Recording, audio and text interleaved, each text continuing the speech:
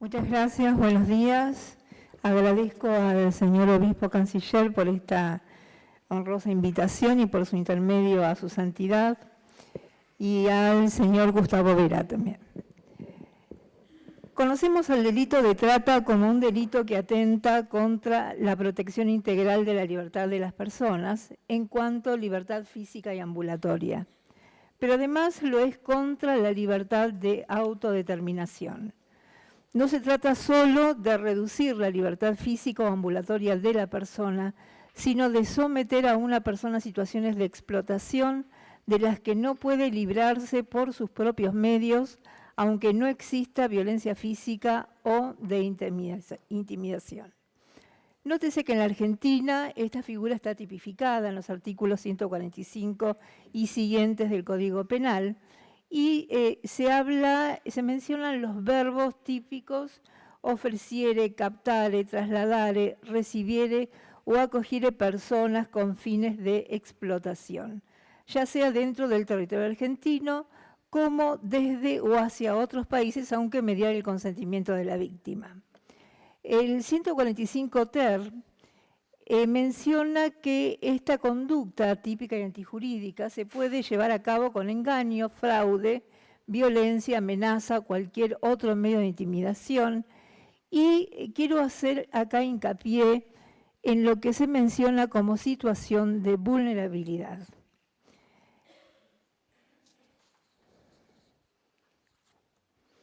Me refiero concretamente cuando alude a situaciones de vulnerabilidad, es decir, con abuso o aprovechando esas condiciones.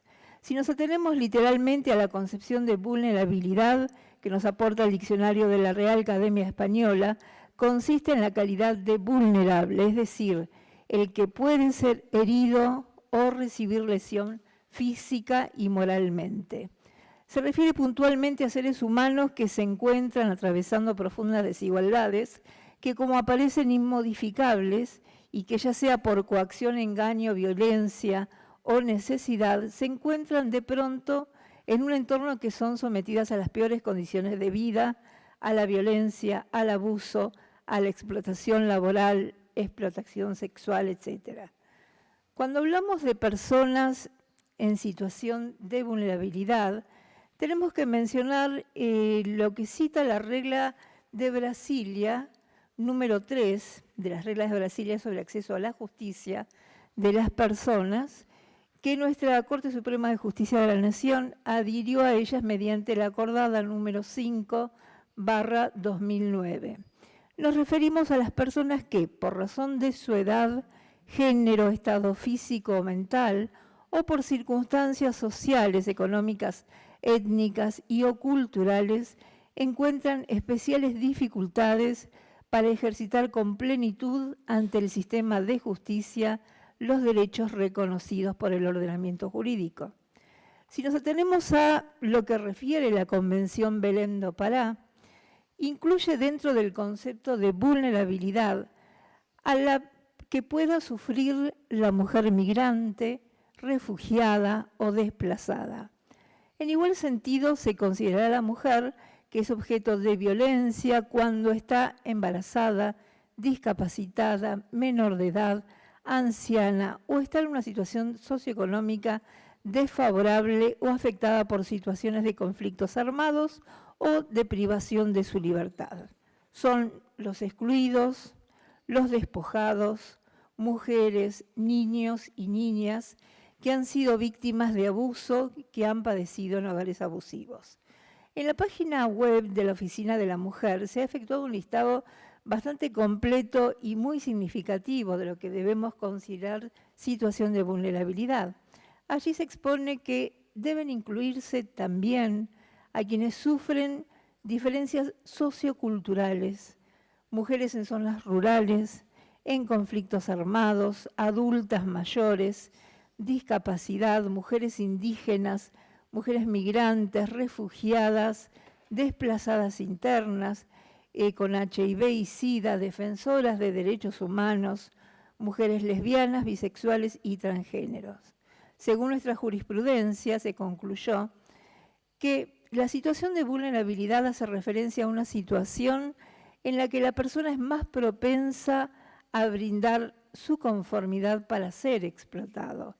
Y el abuso de esa situación ocurre cuando el autor usa intencionalmente o se aprovecha de esa vulnerabilidad de la víctima para captarla, transportarla, trasladarla, acogerla o recibirla con el fin de explotarla, de modo que la persona crea que someterse a la voluntad del abusador es la única alternativa real o aceptable de que dispone y que resulte razonable que crea eso a la luz de su intención.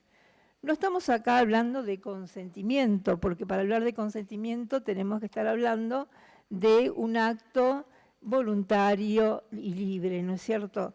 Y con discernimiento. Es decir, mal puede prestar un consentimiento válido un menor de edad, una mujer en condiciones de abuso físico, una mujer inmersa en una situación de violencia doméstica.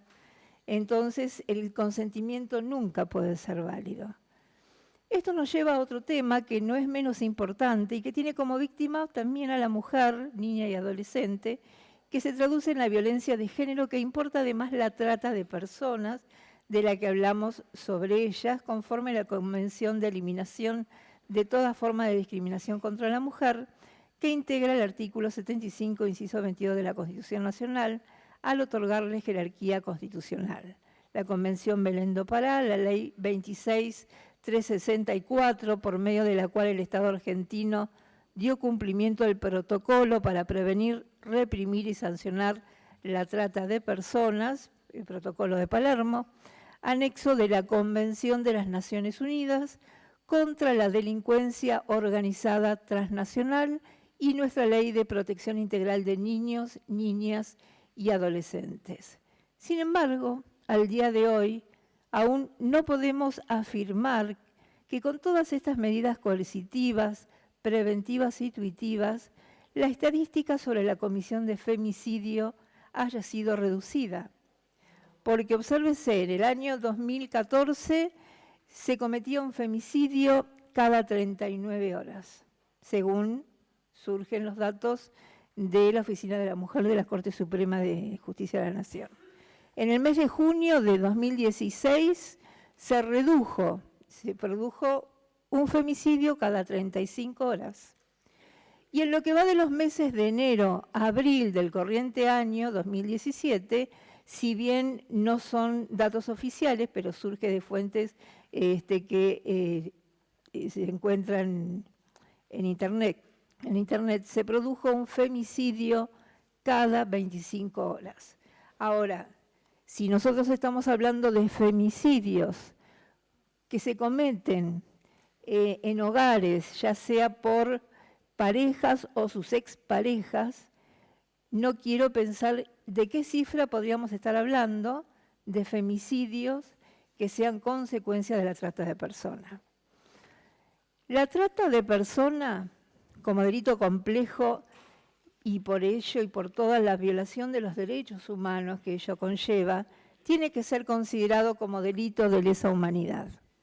La trata de personas es un delito complejo porque se relaciona con la necesidad de las personas de contar con condiciones socioeconómicas dignas para sobrellevar su penosa situación económica, familiar, intercultural, para preservar su integridad física y mejorar sus condiciones de vida digna, como derecho universal e inalterable que cada habitante tiene en este mundo.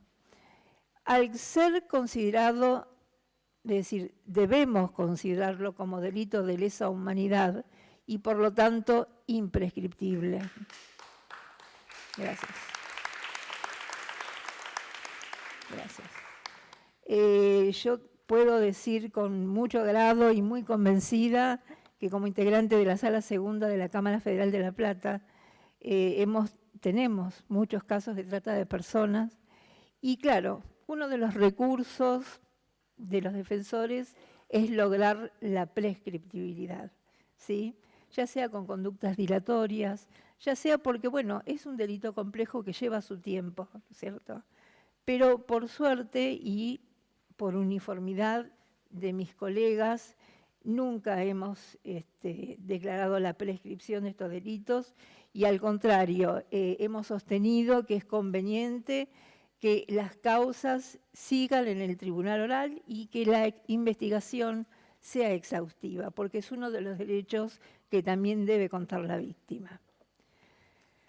Cuando digo que es complejo, digo que si bien por un lado existe esa violación de derechos humanos, también el Estado tiene un deber, que es el deber de garante de esos derechos humanos, de todos y todas, y que tiene que empoderar a quienes resultaren víctimas de esos delitos, entendido el término como el hacer poderoso fuerte a un individuo o grupo social desfavorecido. Pero como se considera también un delito complejo, si lo tomamos desde el punto de vista de que nos encontramos frente a un delito transnacional, por el cual el iter criminis, es decir, las distintas conductas para concretar y consumar la trata de personas, se pueden llevar a cabo en distintas jurisdicciones transnacionales, acreditándose diversos delitos o tramos de él, desde su comienzo de ejecución hasta cumplirse con sus efectos. Me refiero a delitos de corrupción que importen que los funcionarios públicos omiten cumplir con sus funciones en la frontera de los países, dejando de observar si pasan las fronteras menores de edad, mujeres desvalidas, adolescentes. Entonces tratan de no ver qué es lo que sucede en el cruce de fronteras, no chequear la identidad de las personas, si se trata o no de menores, la comisión de delitos de falsificación, lavado de dinero, de narcotráfico, venta de órganos, ya que en la práctica hemos visto esa conjunción de delitos para facilitar, promover la trata de personas, ya sea para explotación sexual y laboral. Entonces, las propuestas que vengo a hacer humildemente, entiendo que existen vías de prevención general y especial para evitar su producción y es necesario para ello la cooperación internacional, para investigar todos y cada uno de los delitos transnacionales.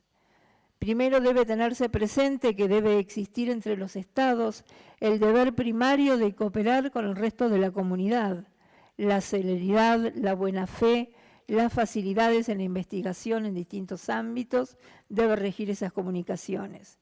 Descarto la práctica de dividir todas las pesquisas, es decir, que un estado conozca de una falsificación de documentos, que otro estado conozca el secuestro de persona, es decir, porque separando la investigación justamente no se va a poder llegar nunca a lo que es la verdad real. Entonces es necesario no escindir la investigación permaneciendo en una sola jurisdicción. Y por eso es que también celebro que se catalogue el delito de trata de personas como delito de lesa humanidad. ¿Por qué? Porque abre de esa forma la jurisdicción universal, que eso me parece que es una de las cosas más importantes. Y porque además, si el Estado no resguarda los derechos de cada uno de los habitantes, se encuentra frente a un problema, va a tener que responder frente a la comunidad internacional y va a tener que reparar los daños.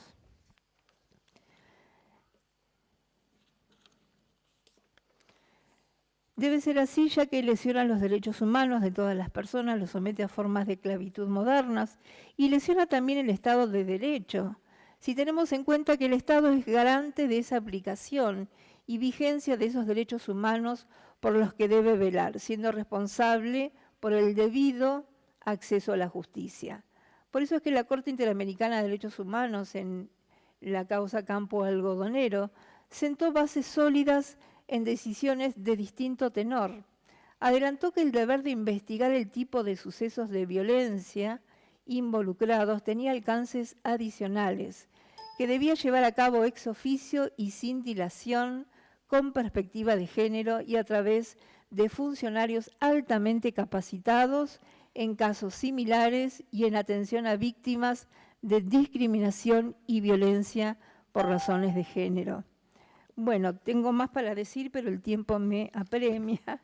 Entonces, lo que me resta decir es que así también como nosotros no hemos cerrado ningún caso de trata de personas, tampoco hemos cerrado ningún caso de corrupción, porque lo hemos declarado delito de lesa humanidad también. Creo que fuimos el primer tribunal en el país en declarar la corrupción como delito de lesa humanidad, entendida como corrupción, para que facilita que los funcionarios públicos se enriquezcan, ¿no es cierto?, con este comercio de tráfico humano, de venta de órganos y etcétera. Y nada más que decir. Muchas gracias por escuchar.